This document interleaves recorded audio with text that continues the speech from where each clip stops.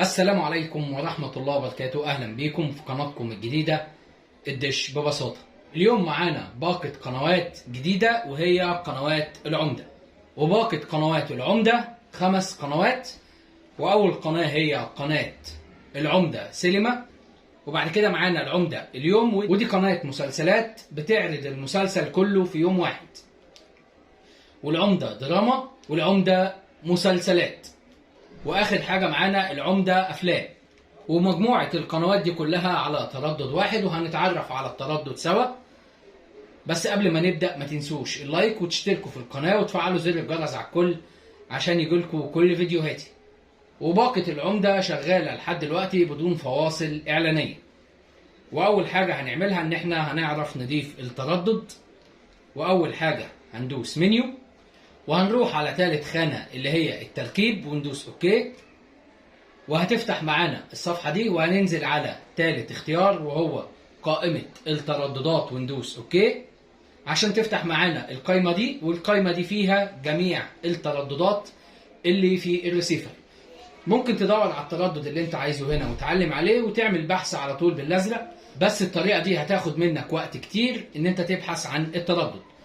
فافضل حاجة ان احنا نعمل إضافة للتردد بالزرار الأحمر، وهتفتح معانا القائمة دي، وهنكتب التردد بتاع قنوات العمدة، والتردد هو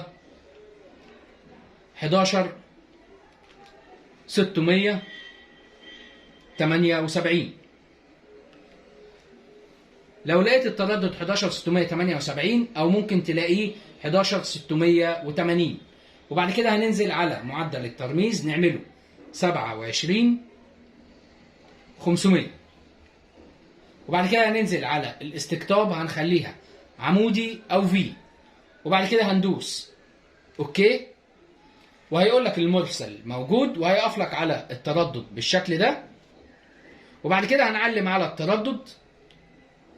انا القناة شغالة معايا عشان انا باحث عن التردد قبل كده. وبعد كده هنعلم على التردد بالشكل ده، وهندوس بحث بالزرار الازرق، وهتفتح معانا القائمة دي.